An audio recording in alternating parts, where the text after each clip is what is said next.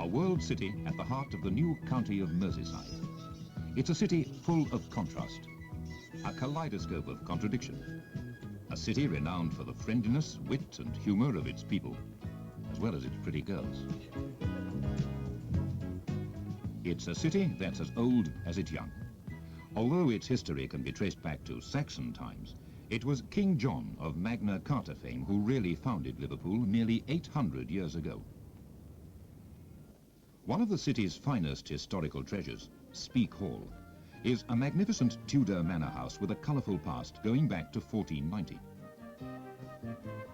Above the fireplace in the great parlour, an oak carving portrays Sir William Norris with the 2 wives and 19 children who lived here all those centuries ago.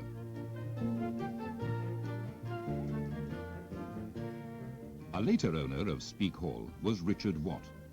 His fortune, like so many Liverpool merchants in the 18th century, was founded on the infamous slave trade.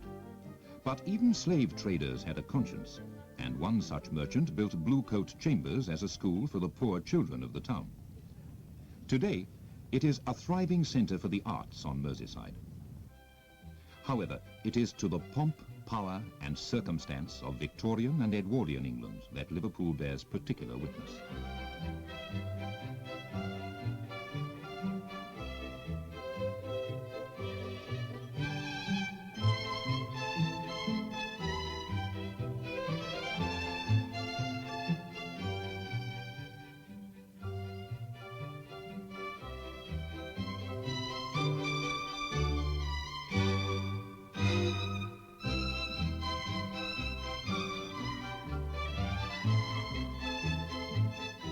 With every justification, Liverpool can claim to be England's greatest Victorian city. But of all the great Victorians whose wealth and vision changed the face of Merseyside, only one is remembered, just 15 minutes' drive from the city, in the form of a village named after a bar of soap. Here, at Port Sunlight, Lord Leverhulme, the originator of Sunlight soap and founder of the Lever Brothers Empire, created a village that should be on everybody's list of places to visit. A visionary, he saw to it that no 2 groups of houses were the same, and all to splendid effect. And, like the Mughal Emperor of India, who built the Taj Mahal, he too built an exquisite memorial to a much-loved wife.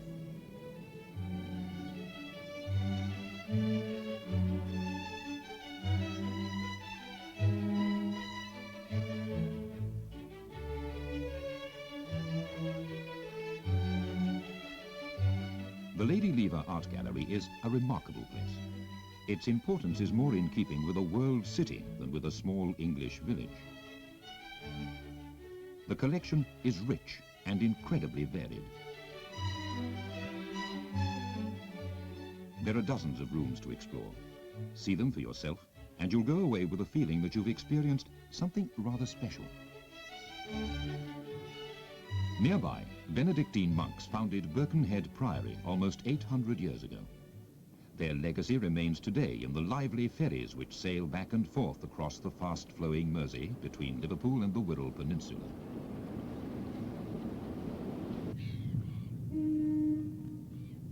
Container ships and tankers as long as a street of houses have replaced the graceful clippers and ocean liners. It was the last century which saw the epic days of emigration, when up to 1,000 ships a year sailed with their human cargoes from here to America. What ships, what cargoes, what chronicles has this mighty river not seen? And at the pierhead in the heart of Liverpool's historic sailor town, the Merseyside Maritime Museum is being created to tell the world the salty sagas of the port's rise to maritime greatness.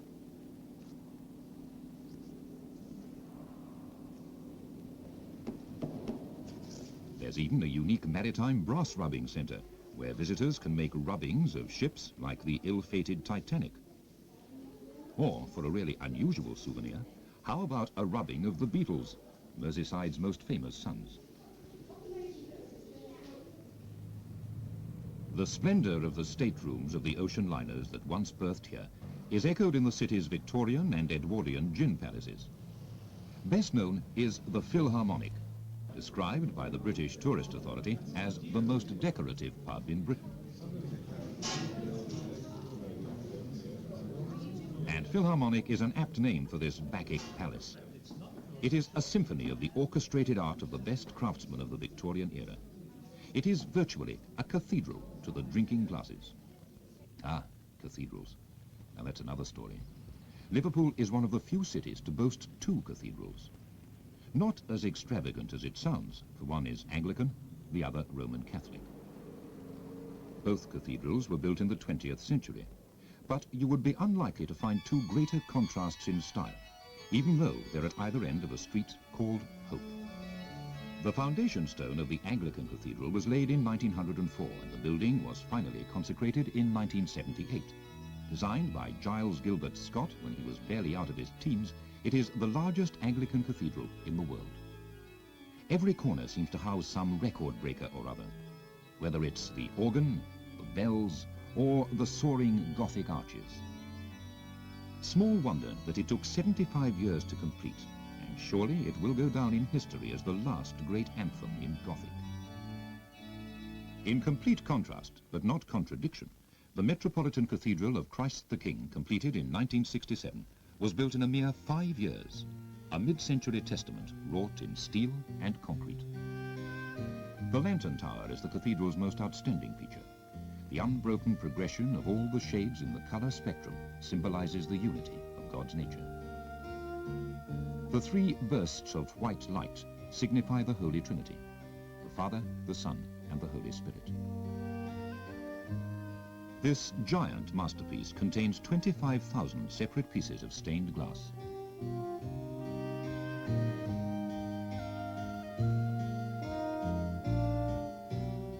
And the final contrast? Well, a Catholic designed the Anglican Cathedral, and a Protestant was the architect of the Catholic Cathedral. But that sums up Merseyside. You have to learn to expect the unexpected. Masterpieces of a different kind can be found adorning the walls of the Walker Art Gallery, which houses the largest collection of paintings in Britain, outside London.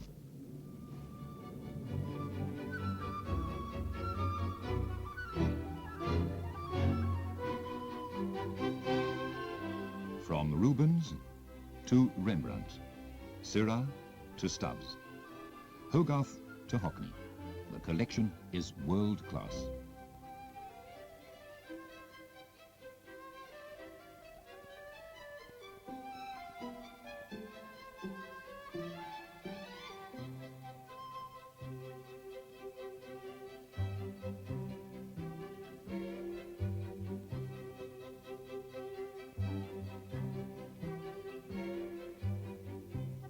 Firm favourites, such as And When Did You Last See Your Father? And Molly Longlegs, contrast with old masters, like Martini's Christ Discovered in the Temple, perhaps the Walker's most priceless possession.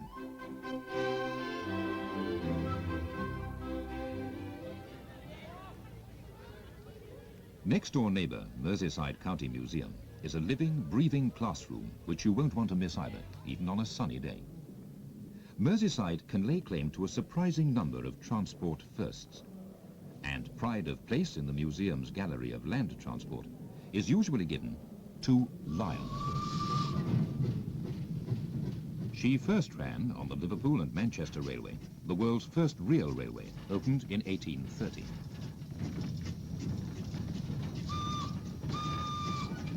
Still running as sweetly today as she did nearly 150 years ago, Lion is the oldest working locomotive in the world.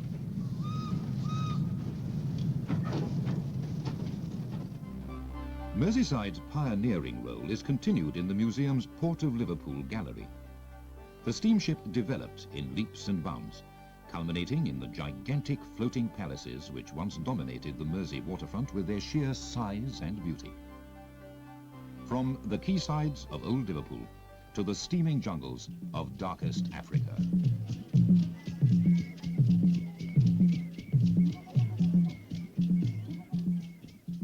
And the ancient civilizations of Greece, Egypt, and Rome have yielded their bounty too. Whilst the museum is a treasure house of objects from the far corners of the earth, at least one of its most popular attractions is quite out of this world.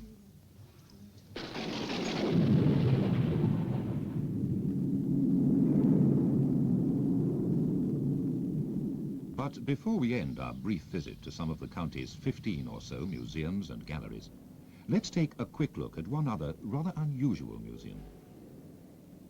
In St Helens, home of Britain's glass-making industry, is the Pilkington Glass Museum, one of the finest industrial museums in the country. No matter what you want to know about glass making and its history, here you will find the answers.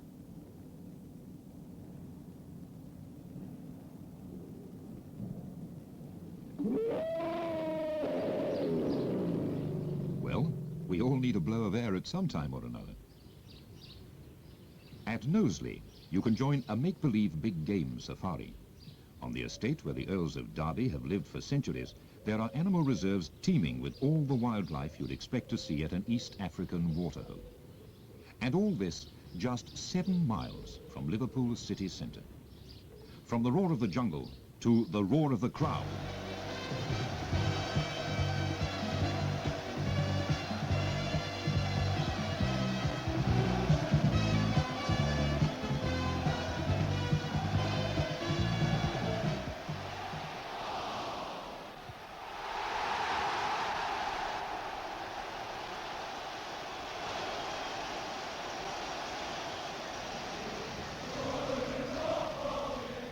Liverpool has been called the soccer capital of the world, and the red and blue shirts of Liverpool and Everton, the city's other top-class team, are famous wherever football is played.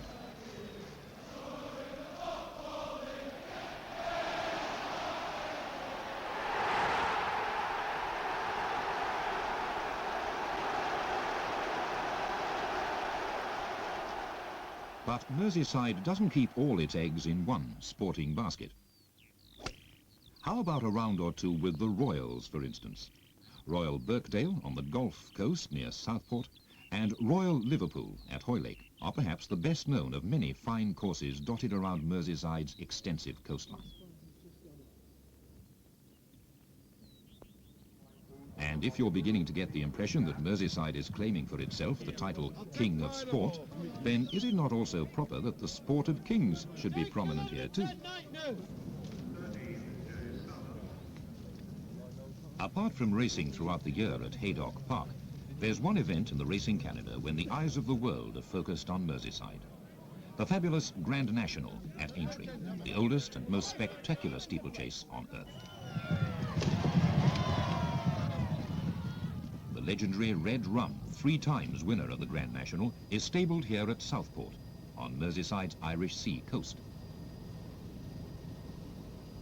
But for most visitors to this most elegant of resorts, Southport means Lord Street, long, wide and handsome. It is, without doubt, one of the most pleasant shopping streets in Britain.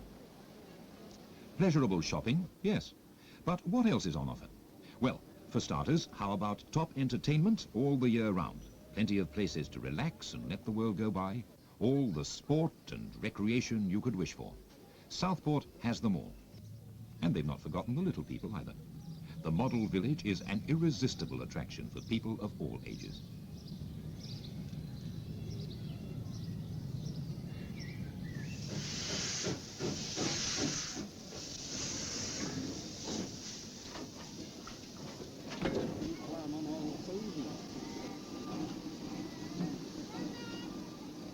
For one small boy, a visit to the Steamport Museum will give him a chance to dream of the day when perhaps he too will be an engine driver.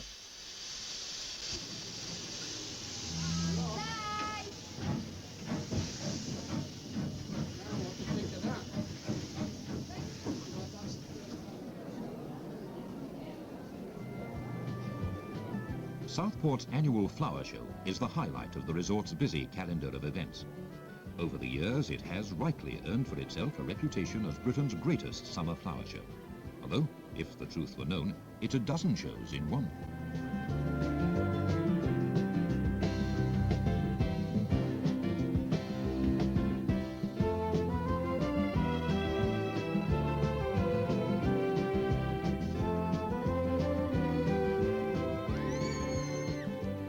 The beach. Miles and miles of it. Firm and sandy, with the second longest pier in Britain, is always a top favourite with the children. Indeed, this friendliest of seaside towns scores top marks in all-round family appeal.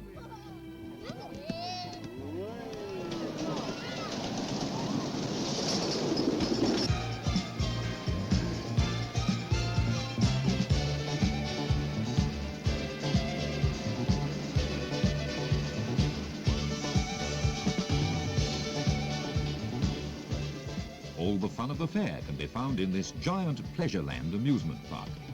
From the traditional ghost train to up-to-the-minute rides that leave you breathless but still gasping for more.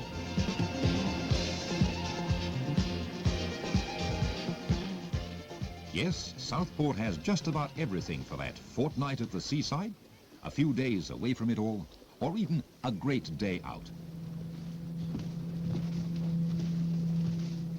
From the 101 delights of Merseyside's premier holiday resort, we travel west across Liverpool Bay to the Wirral Peninsula. This is Merseyside's great outdoors, a veritable mecca for sportsmen, from angling to water skiing.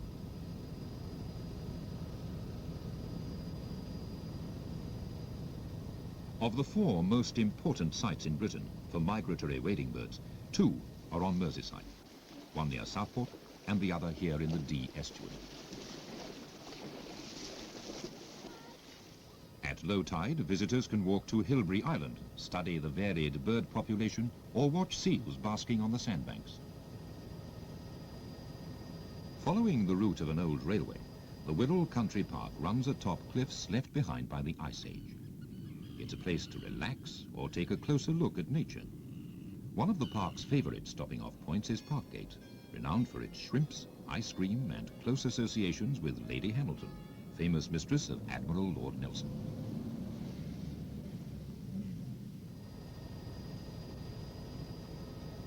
The Wirral is studded with attractive villages, none more so perhaps than Burton, an ancient hamlet of thatched cottages some over 400 years old. From here, it's but a hop, skip and a jump to the Roman-walled cathedral city of Chester.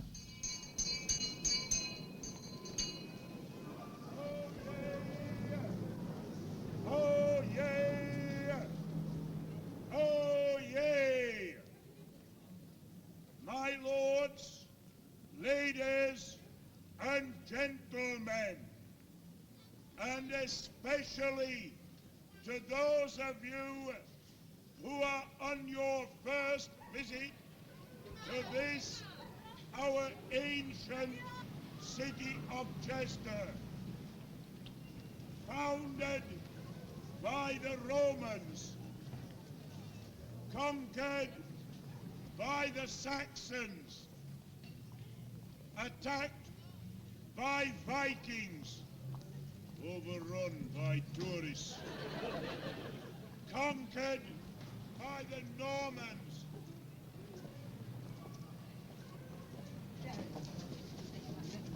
Chester brass rubbing centre opposite the Roman amphitheatre within this city will be open.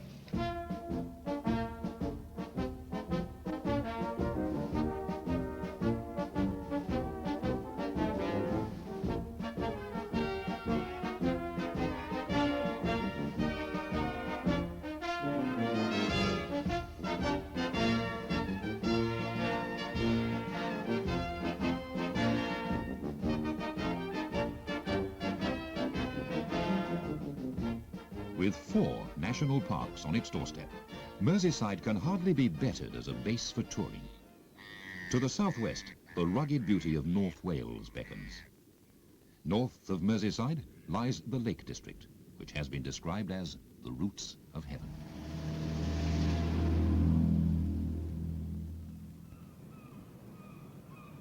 But there is beauty too in a Mersey sunset, and in the bright lights of a city as she prepares for a night out on the town.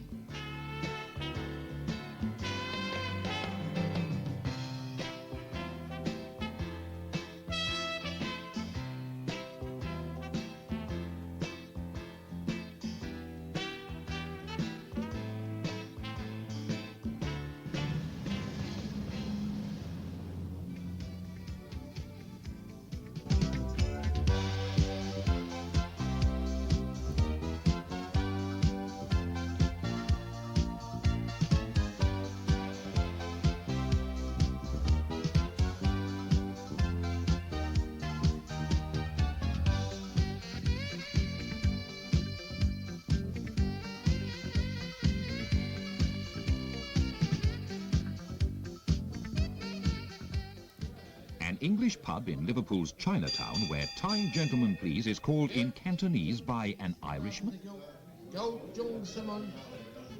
But that's Merseyside.